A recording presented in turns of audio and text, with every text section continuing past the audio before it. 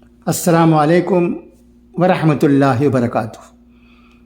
امید ہے کہ آپ تمام اللہ کے فضل و کرم سے بخیریت و عافیت ہوں گے اور رمضان المبارک کا یہ برکتوں اور رحمتوں والا مہینہ اچھی طرح گزر رہا ہوگا۔ تمام کی بھلائی و بہبودی کے لیے ہم تمام دعا گو ہیں، اور آپ سے بھی گزارش ہے کہ ہم تمام کے لیے اللہ تبارک و تعالیٰ سے دعا فرمائیں۔ اب آئیے قرآن پاک کی چند آیتیں سماعت فرما لیں۔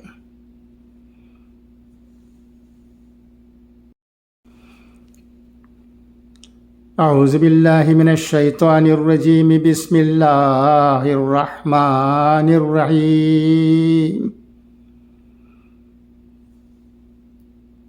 یا ایہا الذین آمنوا استعینوا بالصبر والصلاۃ یا ایہا الذین آمنوا استعینوا بالصبر والصلاۃ ان اللہ مع الصابرین ولا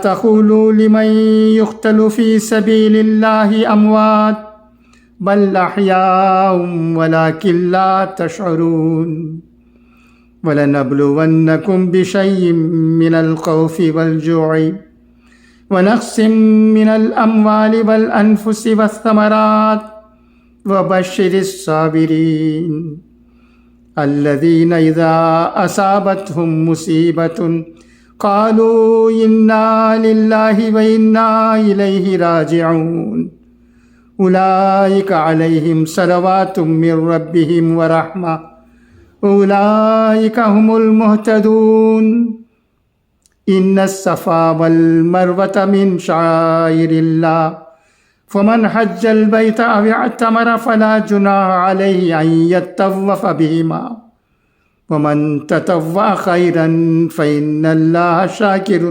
عليم۔ صدق اللہ العلی العظیم۔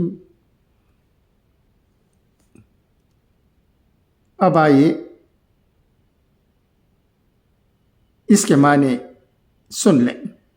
اے ایمان والو، صبر اور نماز سے مدد حاصل کرو، یقیناً اللہ صبر کرنے والوں کے ساتھ ہے۔